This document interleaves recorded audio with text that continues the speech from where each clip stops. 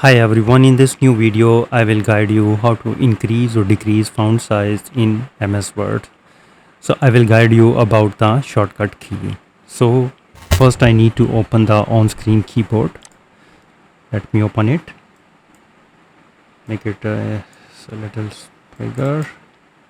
First you need to select the entire text and now you have to press Control key. You can see that here is the Control key highlighted.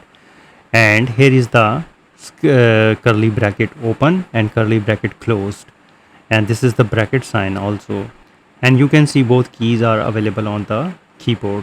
You have to click on this. If you want to increase the font, you need to press this close bracket, and here is the font size is increasing. And if you want to decrease, you need to click on the open curly bracket or curly bracket. So in this way you can easily increase or decrease font size in MS Words. I hope this shortcut helps you to make your professional career better. So if you think this video is helpful, please support my channel. Thanks for watching.